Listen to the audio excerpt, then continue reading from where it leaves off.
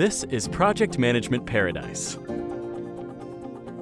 This episode of the Project Management Paradise podcast is part of a unique limited series called Unlocking Project Success with Professor John McGrath. Hello, everyone, and welcome to the Project Management Paradise podcast. I'm John McGrath, your host, and our guest for this episode is Hardeep Kaur. Hardeep has over 25 years of change management experience and is currently the Director for Operational Excellence and Change Management at Merck. Hardeep, you're very welcome. Could we start by you telling us a little bit about your career journey to date? Sure. Hi, John. I hope all is well. Yes, my name is Hardeep Kaur Sembi, and I've been at Merck about 25 plus years. As you rightfully said, my career has been a combination of operational excellence and also managing changes and communications throughout the organization. So my change journey specifically started with my interest in Connor methodology, which I've been able to utilize multiple transformation projects across the organization. So I'm very excited to be here and happy to be talking about my favorite topic. Okay, now that's your definition of your title, Hardeep. Mine is you are a change management warrior. When I look at your posts on LinkedIn, you're traveling the world and somehow you still find time to write really good content. And it's not just your profession, but your passion. So I think you're selling yourself a little bit short. You are the Karate Kid of change management, at least, if not the queen of the dojo, perhaps. Hardeep, I'm going to start with something that when you and I have conversations, and we've had many over the years, anytime we chat, this light bulb moment comes into me where you sort of delivered your knockout punch to me in terms of your understanding. So you and I sit on, I suppose, different sides of the track. I sit in the project management camp, you sit in the change management camp.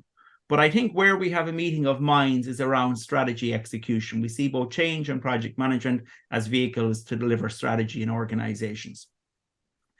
The big difference between how we look at it, though, and I will never forget this, your Mike Tyson moment, everyone has a plan until they get punched in the face, was when you said to me, I am never going to work any harder than my project sponsor. In the project management world, we take it as a given. You will always work harder than your project sponsor. You might share your thoughts around the idea of project sponsor, senior executive support in the change management space, please, Hardeep.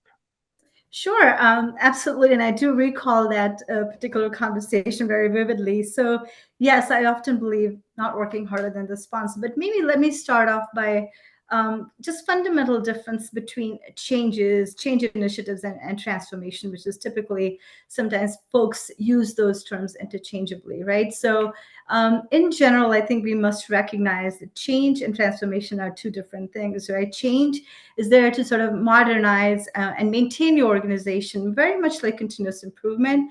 But when you think about transformation, it is really beyond. It's that bold step the organization have to take in terms of not only opportunities to protect against the threat, right, which is internal and external, but also to demonstrate that sense of urgency, right, which is really thinking about operational safety and then getting out of being stuck in the old ways.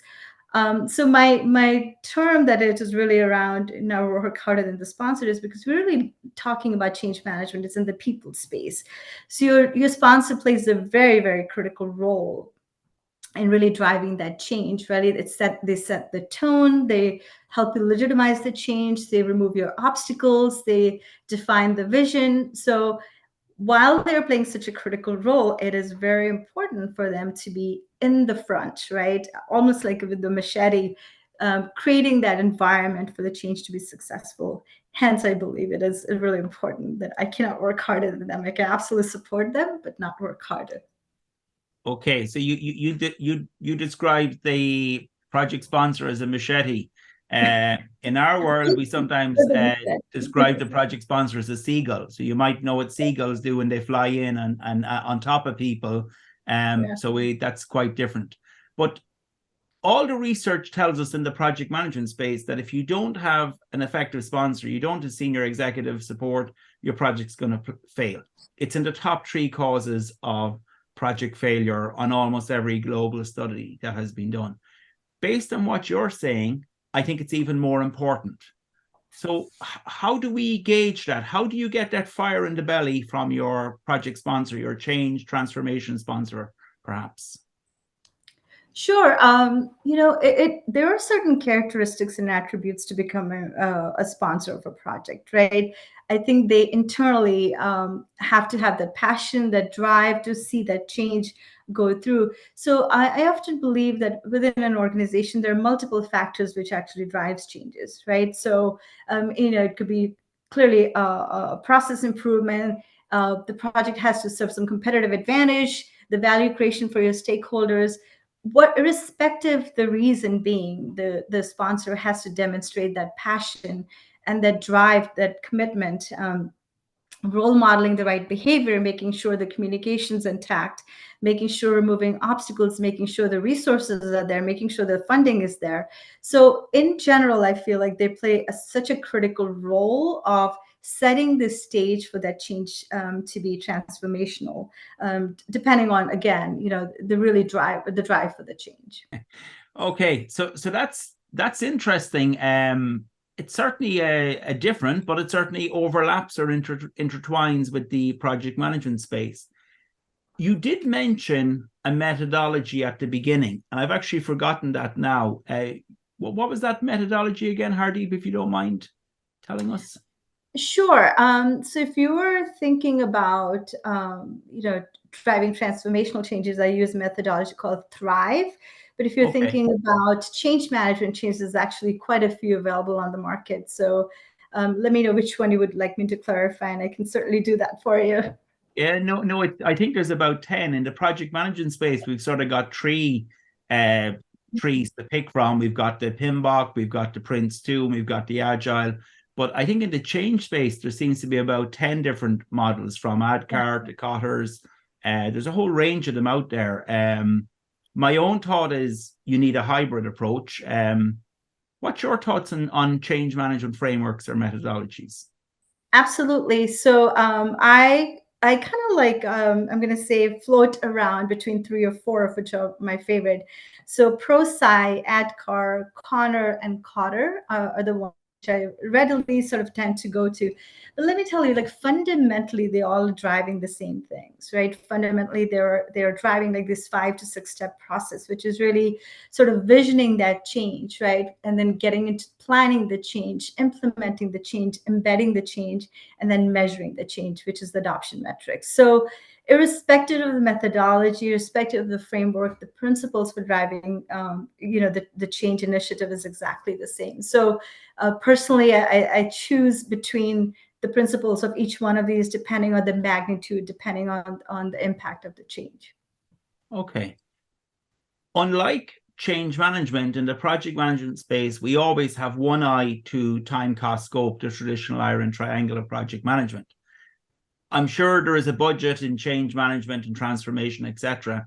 But certainly where I think the number one pillar is around stakeholder communication. That's sort of it's center and front of change transformation. Have you any tips on how we can engage or communicate better with stakeholders? Absolutely, John. It's a great question. So, stakeholder management, I would say, is critical for any change initiative to be successful, right? And oftentimes we sort of lump them all together as stakeholders, but there are actually 2 categories. There's internal stakeholders and then external stakeholders. Having a handle on internal and external and what role they play is extremely important. So one of the tools I've used is called stakeholder management, right? Which gets into stakeholder analysis, then getting into the categorization of your stakeholders. For example, we use a 2x2 matrix, right? Depending on their level of interest and level of influence. So if, for example, if you're on the top corner of the matrix where you have a high influence and high interest, then clearly my engagement and my communication with them is going to be far more frequent, right? I want to make sure that, because the stakes are high. So depending on where they fall into the matrix, the engagement plan is catered that way. Okay, so that's interesting. We did the exact same in the project management space. So at least we both agree stakeholders are really important, and we have a similar technique. My own thought, just as a general rule with stakeholders, the rule I always say is it's never too early to engage with stakeholders. That ideally you want to be engaging with them in, I suppose, in good times before bad times, or certainly in calm seas before you enter stormy seas in terms of stakeholders. In terms of your 25 years, Hardeep, that is a hell of a rodeo in change management. Mm-hmm. 70 to 80% of change initiatives, transformation initiatives tend to fail. If you were to give us sort of 3 lessons learned or 3 good practices, what would they be around driving the successful execution of change? Sure. Another good question, which I often get, right? So my experience is lack of clear vision and objectives, right? So we sort of like, initiative comes through and we just sort of, dive into that without really pausing and thinking about what are we actually trying to achieve. So lack clear objectives and clear vision is a good one. The second one, I feel like we underestimate the resistance, right? So if you think of humans, they don't like change. We're not our brains are not sort of wired for change. We like consistency. We like that safety that exists for us. So underestimating the change and really also neglecting the emotional aspect of change as folks go through, right? So we all individuals go through this change curve, as we call it, at our own pace, right? At our own sort of like, different experiences through it, because our past experiences shape us. So perhaps something in the past that has happened and I have that sort of that taste in my head and I'm not able to get through. So not having a clear vision, underestimating the resistance, underestimating the cultural component of the changes are 2 factors. The third one I would add is really just sort of that sponsorship spine and ignoring the middle management. So if you think about it, it goes back to my earlier sort of conversation around sponsors, the next layer within your organization, which is the middle management, is the most important layer because they help you sustain the changes, legitimize and sustain. So if you ignore them and not bring them along the journey, your changes are not first going to be implemented the right way and then obviously not sustained the right way. So I feel like these 3 or 4 factors, obviously there's plethora of more, but I focus on these 3 always to be successful. Okay. And in terms then of strategy execution, which is sort of a real hot topic at the moment, in terms of your own experience looking not just in your own organization, but into sort of broader cross-industry sectors, do you think there's an understanding in senior executive teams about how we have to sort of connect change management, project management to strategy? Has that penny dropped yet, do you think? I think there is a mix. I believe, there are leaders out in the organizations who really have a lot of appreciation of the people component, which is really the change management. But the others struggle. And when I say they struggle, is oftentimes they see as an event or as an activity. So, earlier on, I used to notice that the whole project would be complete and at the end they would be like, yeah, let's do change management. There's nothing about doing change management, right? You were supposed to bring people along the journey throughout your project. So I feel like, as the business world is changing around, there is a level of appreciation that we need to bring people along, and there is a shift in how change managers actually are perceived sort of moving forward. But like, again, in my past experience, I've noticed that, folks just sort of leave this as towards the end, something they need to do, and that it manifests itself into just a robust communication plan. I feel very differently. I think, the engagement needs to happen from the very beginning with employees so you can bring them along the journey and your changes are far more sustainable. Okay, then. Okay. When I think of sort of the evolution of project management in recent years, agile being the big one, and we've gone from agile software development to agile project management, and now in a post-COVID era, we're in the era of agile organizations. And obviously, in organizations, agility is probably key to driving any successful initiative, whether we call it change or project management. But fundamentally, I think agility is about culture. You have to be change ready. So in terms of how does an organization who, despite its best efforts, has done a pretty lousy job in engaging with staff, employees, and now they want to sort of pivot the company 90 degrees. To me, it just sounds like it's you're heading on the Titanic voyage. It isn't going to work. What could we do to achieve some level of success? And if that means not going a full 90 degrees in our direction, what could we do? If I was a senior exec in a team, I say, look, I know we've dropped the ball on culture.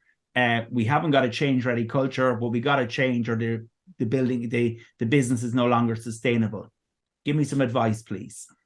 Sure. And oftentimes I think the speed is an issue, right? So everyone wants the results tomorrow. And we all know that if you're yesterday, trying to... we want results yesterday. Tomorrow is too late, Hardeep. Yesterday. I'm clearly thinking it's Sunday today, so it's going to be tomorrow. But anyway, so jokes aside, you're right. I think the speed is of essence, right? The sense of urgency that we need to act and act fast is often sort of like in forefront for the leaders.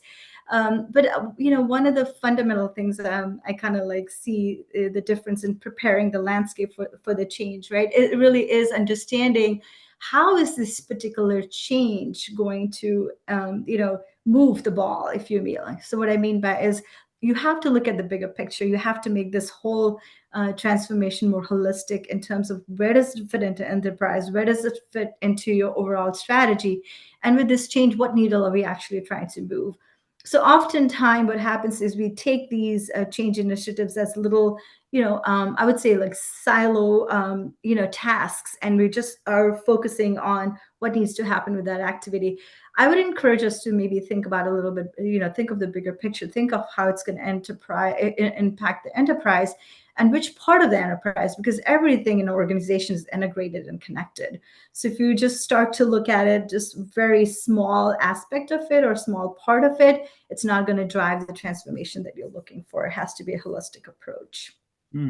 As I'm listening to you, Hardeep, I'm thinking of something very topical in terms of remote working and how successful it's been. But we've also seen in recent months, there's this sort of order coming from above, return to the office. And it actually strikes me as an organization's inability to deal with change and to recognize people are still working successfully, but we've got to manage them differently and we've got to inspire them differently. And it's almost that change is too difficult. So batten down the hatches, bring everyone back to the office, and we can return to the traditional view of management. But I think, let's be honest, the genie's out of the box at this stage.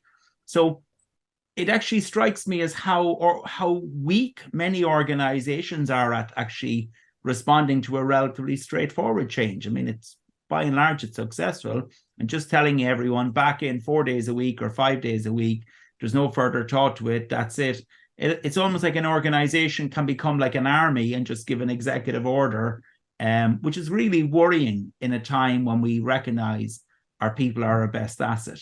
Any thoughts on that whole inability to deal with that global change?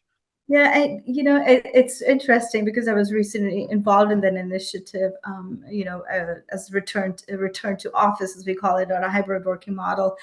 So I think again, this one is a bigger one. There is a huge trend in terms of, sort of broader shift across the business world. So let me just start off by saying that humans are not machines, right? So if you just sort of do an edict of thou shall come back to the office, it's just not going to happen. It's just not going to work, right? Because think of when COVID happened. I remember that month of March, right? We were all like, pack your bags, you need to work from home. Now, what happened there was everything was taken away and we had no choice, right? So that to me was a transformational change. Now, when we're asked to come back to the office, it's not a transformational change, it's actually an incremental change. So there are internal motivations with individuals, like why I don't want to be in the office, like why working from home is so much better for me. And there's all kinds of discussions around productivity. There's all pressures that are being felt externally from business in terms of all this real estate being, being empty, like it needs to be occupied. There's also the discussion of there's not enough collaboration that's happening because you're not necessarily interacting with each other. There are two schools of thought. I think there's a dichotomy there. Folks believe that they are far more productive at home, and there others are just like, I need to exchange ideas. It really depends on the role. I think it's role dependent. Yes. Right. So if you're remote, if you're like, for me personally, I have a global role, like I can work from anywhere, right? And I also want to be around my teammates so I can actually feed off ideas and really drive that collaboration to problem solve. So it's quite a dichotomy. I think if anybody had a sort of a silver bullet or a crystal ball, they would predict, but we don't know. It just remains to be seen.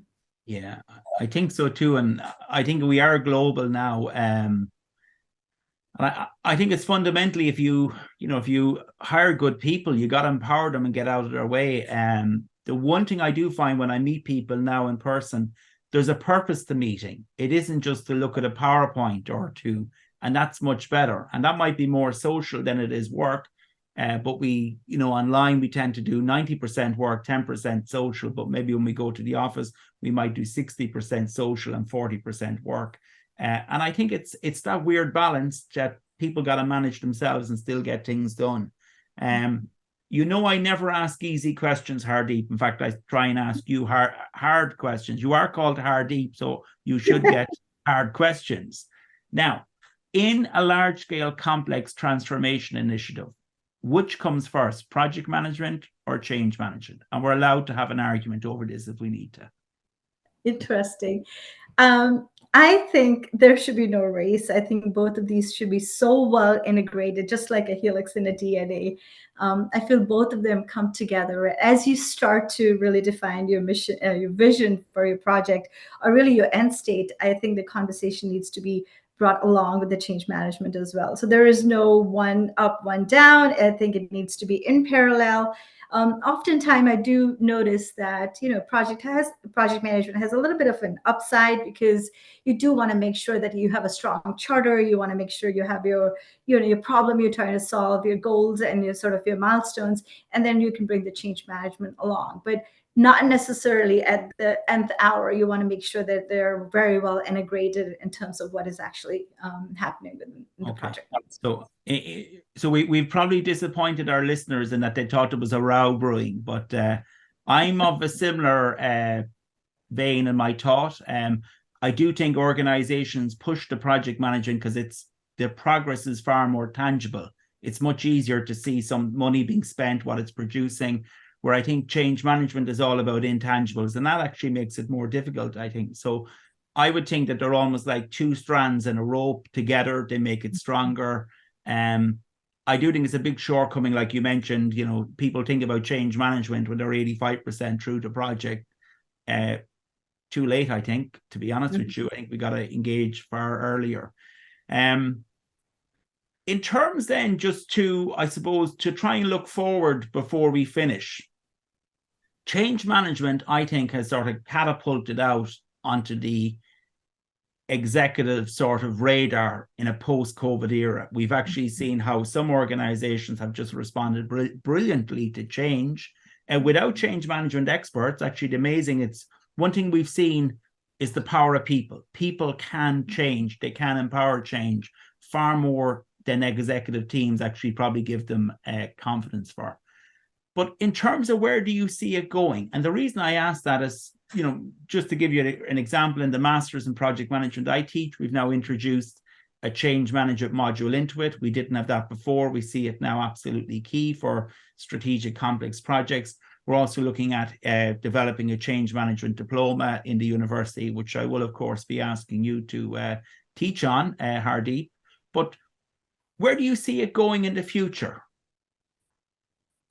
Yeah, I think the future is quite green actually for change management professionals, right? So, and one of the reasons I believe that is really as we sort of think about the world, as we think about the shift that's happening, a lot of emphasis is being paid on employee well-being, right? I think post-pandemic, I think there is a lot of emphasis to make sure, we understand the resilience, right? We understand ensuring that the change initiatives are actually considering the mental health of individuals as well, particularly when it comes to change capacity as well, or change fatigue. So I think it's quite exciting, and particularly as we think of digital transformation, thinking of data analytics, thinking of AI, some of these change journeys could be extremely personalized for individuals and organization, where data can be fed and you can actually have a very robust plan. So I think the future is quite exciting, provided we sort of capitalize on the the digital and the analytics and the AI moving forward. Yeah, that's very interesting. The AI is going to sort of be, for knowledge workers, going to be a major upheaval in terms of, even we look at organizations now, they're trying to put together HR policies around AI. I also think, maybe on a very positive note, the whole sustainability agenda that we're trying to integrate, perhaps it will actually, the success will come down to that agile culture that organizations are looking for. I think we're still in the greenwashing phase now, where there's a lot more talk than actual hard sort of change happening at grassroots in organizations and in governments, by the way. But I do think when the going gets tough, which it will do, when there's far greater regulation, there's international standards, I certainly think that's going to be a major change management initiative that will have far-reaching consequences, both for organizations, this generation and the next generation. Yeah. Before we wrap up, Hardeep, there's so many things I could chat to you about. And I did say that once we got chatting, like always, the conversation will keep going. We've gone way over time, despite my best efforts. Any final words of wisdom for our listeners? Yes, just, one thing I would like to share, right? Just remember, when people think about change, they think about resistance, right? It's not necessarily about resistance, and resistance is not bad.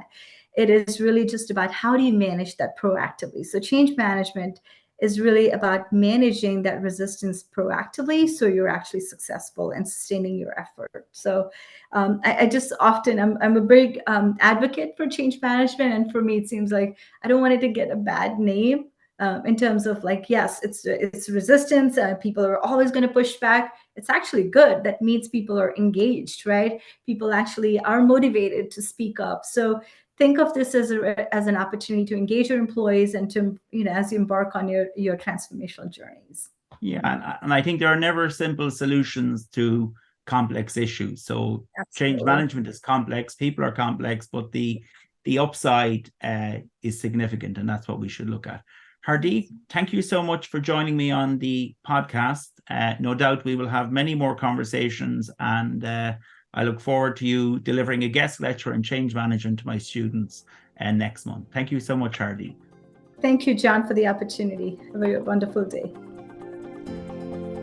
Thanks for listening to the Project Management Paradise podcast at projectmanagementparadise.com.